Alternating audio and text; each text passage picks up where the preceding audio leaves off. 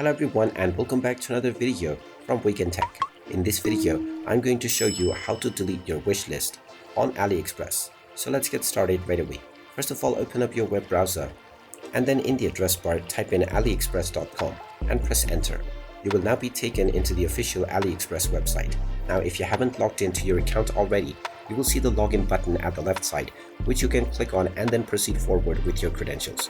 Once you are logged in, you will end up within the home page once again, from which if you wish to delete or clear your wish list, hover over to the account icon at the top right corner and then click on wish list. You will then be shown all of the items that you have added within various of your lists.